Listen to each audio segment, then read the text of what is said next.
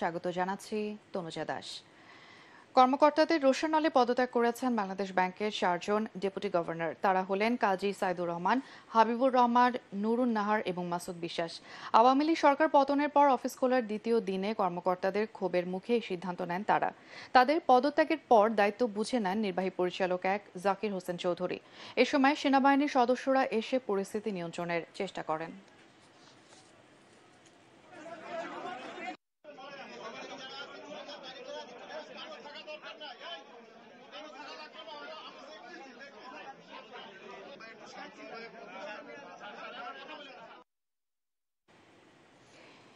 এদিকে সরকারের প্রশাসনিক কেন্দ্রবিন্দু সচিবালয় এখন মন্ত্রী প্রতিমন্ত্রী শূন্য। সচিবদের অনেকে অফিসে আসেননি। কর্মকর্তা কর্মচারীদের উপস্থিতি একেবারে কম। মন্ত্রণালয় দপ্তরের সামনে লাগানো নেম প্লেট খুলে ফেলা হচ্ছে। বিভিন্ন ভবনে জোট বেঁধে জড়ো হচ্ছেন পদোন্নতি বঞ্চিত কর্মকর্তারা। এই পরিস্থিতিতে কিছুটা আতঙ্ক ছড়িয়েছে সেখানে।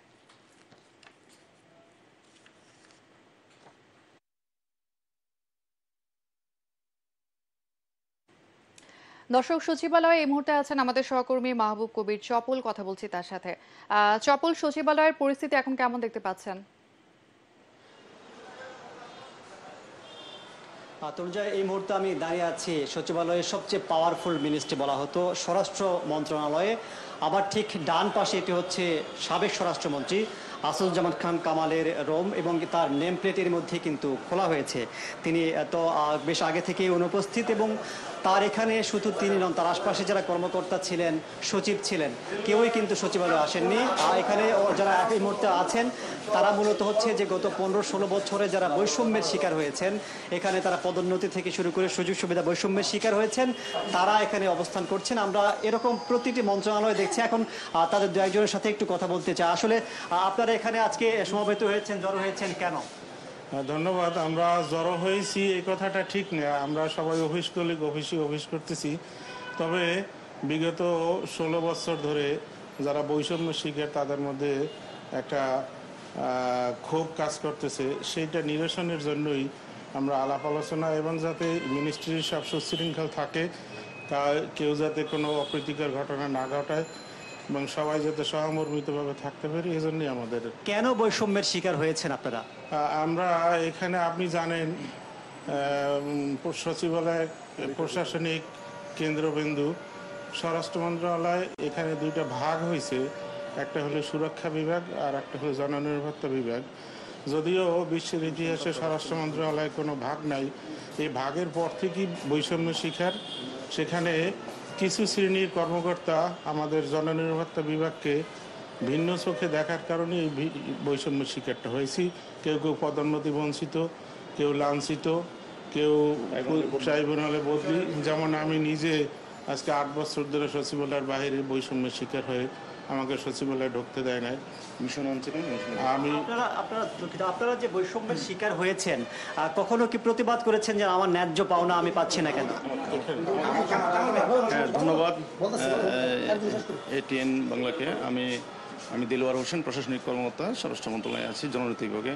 আসলে আমরা বারবার মন্ত্রী মহোদয়কে, বিভিন্ন আমাদের কর্তৃপক্ষকে অবহিত করেছি যে স্বরাষ্ট্র মন্ত্রণালয়ের দুটো বিভাগ, এটা আমাদের জন্য কাম্য না, এ দেশের জন্য কাম্য না। এটা কী কারণে করেছেন আগে যারা ছিলেন তারা বলতে পারবেন। স্বরাষ্ট্র মন্ত্রণালয় দুটো বিভাগ হওয়া, এটা এই বিভাজনটা হওয়াতে আইন শৃঙ্খলা কাজের ক্ষেত্রে বিভিন্ন দিকে জটিলতা হয়েছে বলে আমরা মনে করি। আমাদের ধারণা, আমরা যেহেতু এখানে অফিসিয়ালি কাজগুলো করি, আমরা বিভাগ হওয়ার পরে যেটা দেখলাম যে দুই বিভাগের মধ্যে বিভিন্ন কাজ সেটা সমন্বিত নাই। আর মিশনটা, আমরা স্বরাষ্ট্র মন্ত্রণালয়ে একটা মিশন ছিল, স্থায়ী মিশন, সেই মিশনটা স্বরাষ্ট্র মন্ত্রণালয়ে অনুকূলে এসেছিল। সেই মিশন দুটো বিভাগ হওয়ার পরে সুরক্ষা সেবা বিভাগকে সম্পূর্ণ দিয়ে দিয়েছে। আমরা মন্ত্রী মহোদয়কে বারবার অবহিত যে মন্ত্রী মহোদয় একটা পরিপত্র জারি করেছেন, হ্যাঁ, সেই মন্ত্রী মহোদয় পরিপত্রটা পর্যন্ত বাস্তবায়ন করেনি।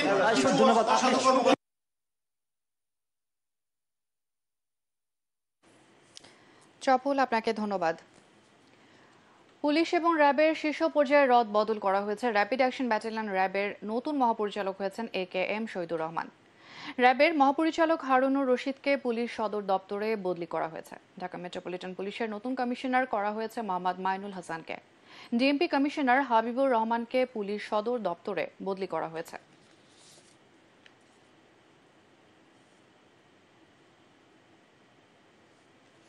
রাজধানীর পাড়ায় পাড়ায় বাসা বাড়ি ও দোকানে রাতে ব্যাপক লুট এবং ছিনতাই হয়েছে।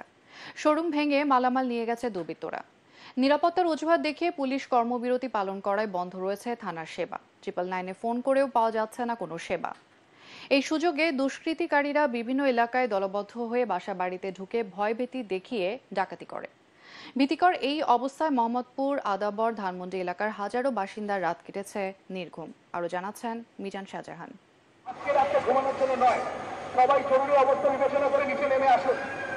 এই রাত ঘুমানোর নয়, পরিবারের সদস্যদের হেফাজতে, জানমালের নিরাপত্তায় জেগে থাকুন। যার যা আছে তাই নিয়ে পাহারায় নেমে পড়ুন। মধ্যরাতে মসজিদের মাইক থেকে এমন ঘোষণা দেওয়া হচ্ছিল মোহাম্মদপুরের চন্দিমা হাউজিংয়ে। এর পরপরই স্থানীয় বাসিন্দারা নিজের ও পরিবারের নিরাপত্তায় বাঁশের লাঠি হাতে নিয়ে বের হয়ে আসেন রাস্তায়। শত শত নারী পুরুষ খুঁজতে থাকেন ছিনতাইকারী ও লুটেরাদের। বিভিন্ন ভবন ও অ্যাপার্টমেন্টের সামনে পাহারাও বসান তারা। সারা রাত জেগে এলাকা নিরাপদ রাখার এই কাজ করেন তারা। শুধু মোহাম্মদপুর নয়, নবীনগর, আদাবর, চাঁদ উদ্যান, ঢাকা উদ্যান, আবাসিক এলাকা সহ নগরীর অনেক পাড়া মহল্লায় এমন পরিস্থিতি ছিল ভোর পর্যন্ত। এর আগে সন্ত্রাসীরা দলবদ্ধভাবে চাপাতি সহ বিভিন্ন দেশীয় অস্ত্রে সজ্জিত হয়ে বাসা বাড়িতে হানা দেওয়ার চেষ্টা করে। অন্তত 20টি বাড়ি লুট করে তারা। মোহাম্মদপুর রিং রোডের বেশ কিছু দোকানও লুট করে। ফলে ওই এলাকার হাজারো ব্যবসায়ী ও বাসিন্দা নির্ঘুম রাত কাটান। মিজান শাহজাহান, এটিএন বাংলা, ঢাকা। নোবেলজয়ী অর্থনীতিবিদ ডক্টর মোহাম্মদ ইউনূসকে প্রধান করে অন্তর্বর্তীকালীন সরকার গঠনে 15 সদস্যের একটি তালিকা রাষ্ট্রপতির কাছে জমা দিয়েছেন বৈষম্য বিরোধী ছাত্র আন্দোলনের সমন্বয়কারীরা। আজকের মধ্যে রাজনৈতিক দলগুলোর সাথে আলোচনা করে অন্তর্বর্তীকালীন সরকারের তালিকা চূড়ান্ত করবেন রাষ্ট্রপতি মোহাম্মদ শাহাবুদ্দিন। সংকট উত্তরণে রাতেই ডক্টর মোহাম্মদ ইউনূস দেশে ফিরতে পারেন বলেও জানান ছাত্র আন্দোলনের অন্যতম সমন্বয়ক নাহিদ ইসলাম। শেখ মামুনের ক্যামেরায় আরো জানাচ্ছেন আদিন সজীব।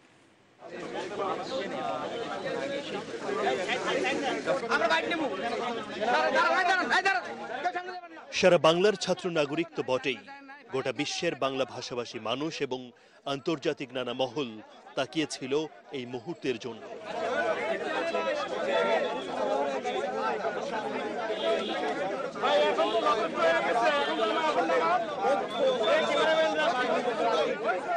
রাষ্ট্রপতি মোহাম্মদ শাহাবুদ্দিন ও 3 বাহিনীর প্রধানের সঙ্গে বৈষম্য বিরোধী ছাত্র আন্দোলনের 13 সমন্বয়কের প্রায় 6 ঘন্টার বৈঠক বঙ্গভবনে। কখন আসবেন বাংলার ইতিহাস বদলানো ওই বীররা? কে হবেন অন্তর্বর্তীকালীন সরকারের প্রধান উপদেষ্টা? তার সঙ্গী বা হবেন কারা?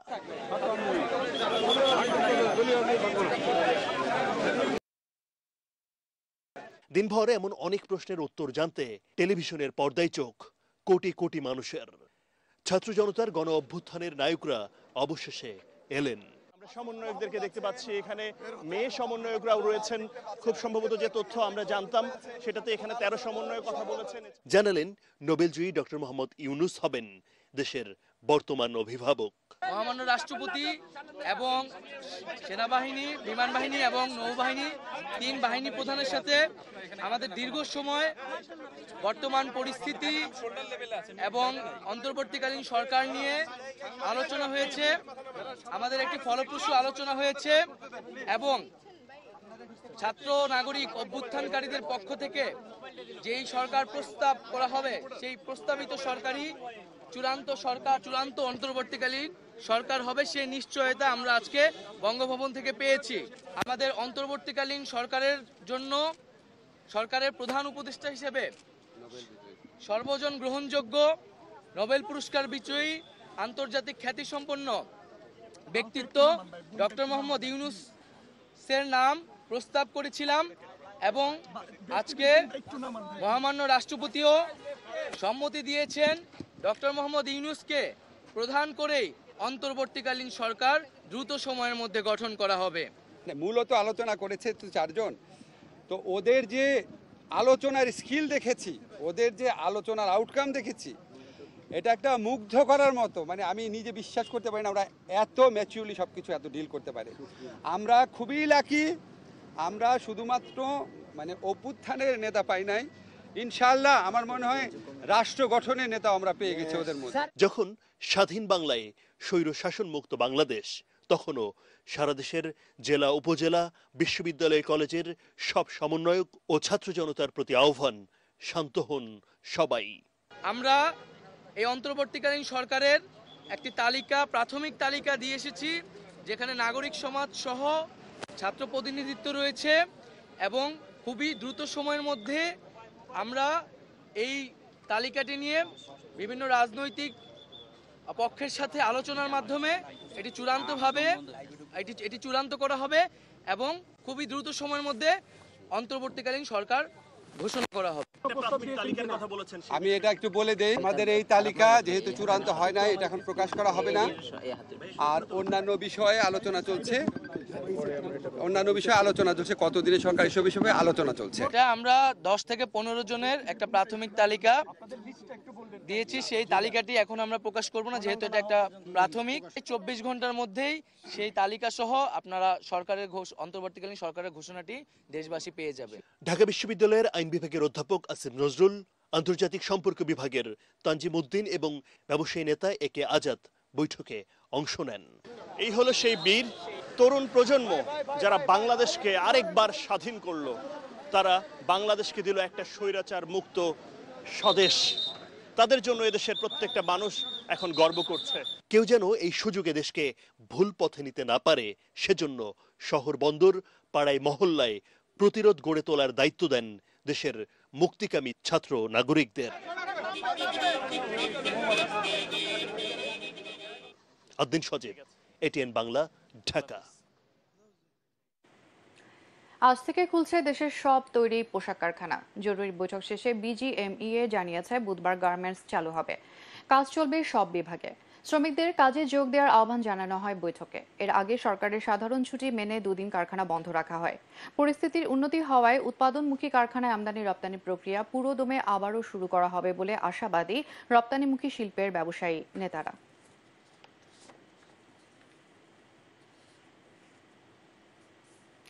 রাজধানী নয়াপল্টনে দলের কেন্দ্রীয় কার্যালয়ের সামনে আজ দুপুরে সমাবেশ করতে যাচ্ছে বিএনপি। আওয়ামী লীগ সরকার পতনের পরবর্তী প্রেক্ষাপটে এই সমাবেশ হতে যাচ্ছে। সমাবেশে প্রধান অতিথি হিসেবে ভার্চুয়ালি বক্তব্য দেবেন দলের ভারপ্রাপ্ত চেয়ারম্যান তারেক রহমান। বিএনপির vice chairman doctor Asaduzzaman Ripon এই তথ্য জানিয়েছেন। এছাড়া সমাবেশে বক্তব্য রাখবেন বিএনপির মহাসচিব মির্জা ফখরুল ইসলাম আলমগীর সহ দলের সিনিয়র নেতারা।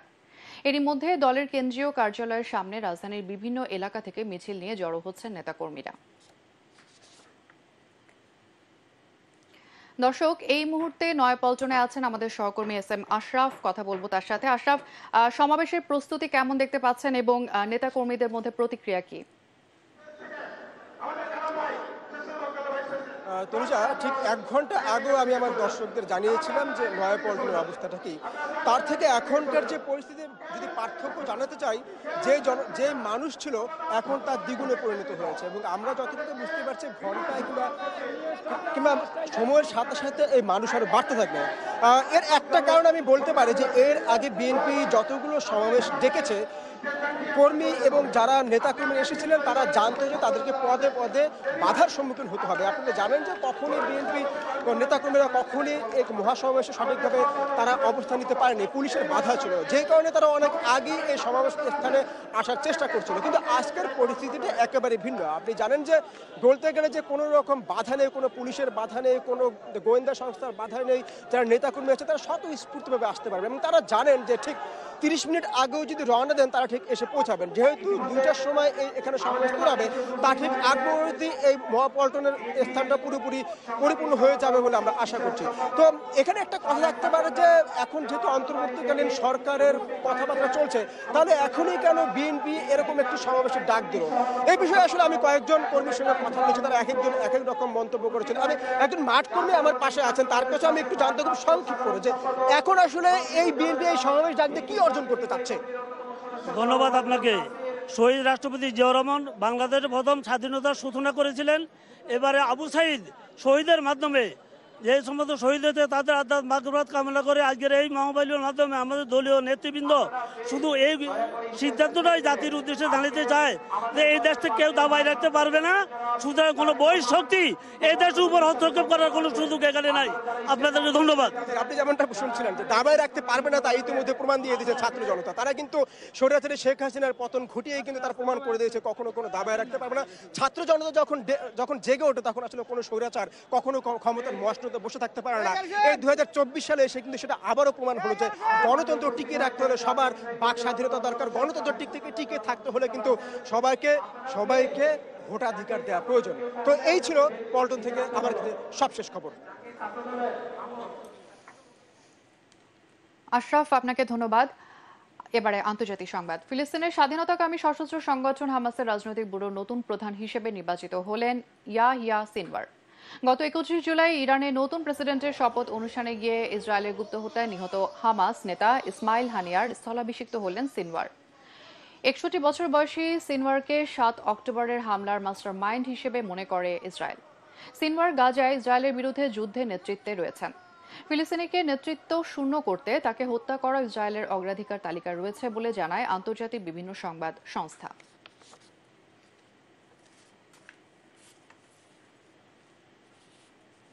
আর এই ছিল এখনকার সংবাদ। আমাদের এটিএন বাংলার সংবাদ ইউটিউবে দেখতে ব্রাউজ করুন youtube/ATN Bangla News। আমাদের সাথে থাকার জন্য ধন্যবাদ।